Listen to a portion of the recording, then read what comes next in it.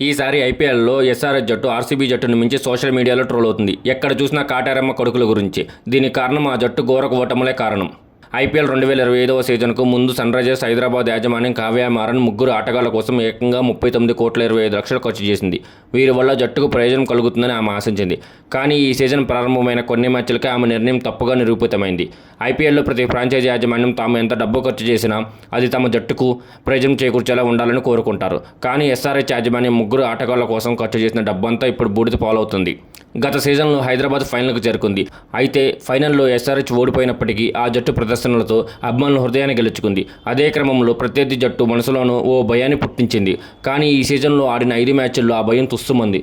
జట్టు విజయ అవకాశాలను టాప్ 3 బ్యాటర్లే సర్వనాశనం చేస్తున్నారు. Australia star batsmen Travis head, భారత యువ ఓపెనర్ అభిషేక్ శర్మ, అలాగే wicket keeper cum batsmen Ishan Kishan. ఈ ముగ్గురు కారణంగా ఎస్ఆర్హెచ్ ప్రస్తుతం డేలా పడిపోయింది. హెడ్ అభిషేక్ శర్మల కోసం 28 కోట్లతో రిటర్న్ చేసుకుంది.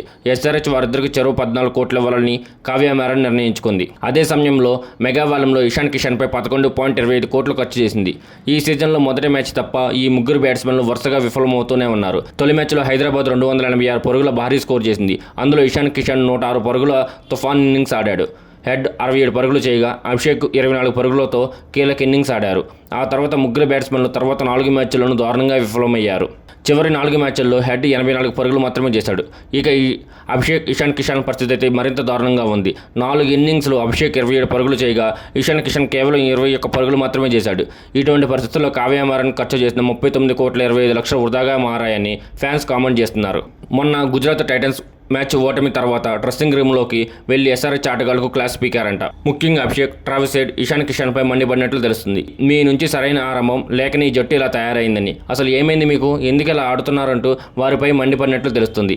ఏది ఏమైనా కానీ హైదరాబాద్ జట్టు ముందు జరగబోయే మ్యాచ్ల్లో మరిన్ని కఠిన సవాళ్లు ఎదుర్కొనే అవకాశం ఉంది. స్ట్రాంగ్ కమ్ బ్యాక్ ఇవ్వాలని ఎస్ఆర్హెచ్ అభిమానులు కోరుకుంటున్నారు.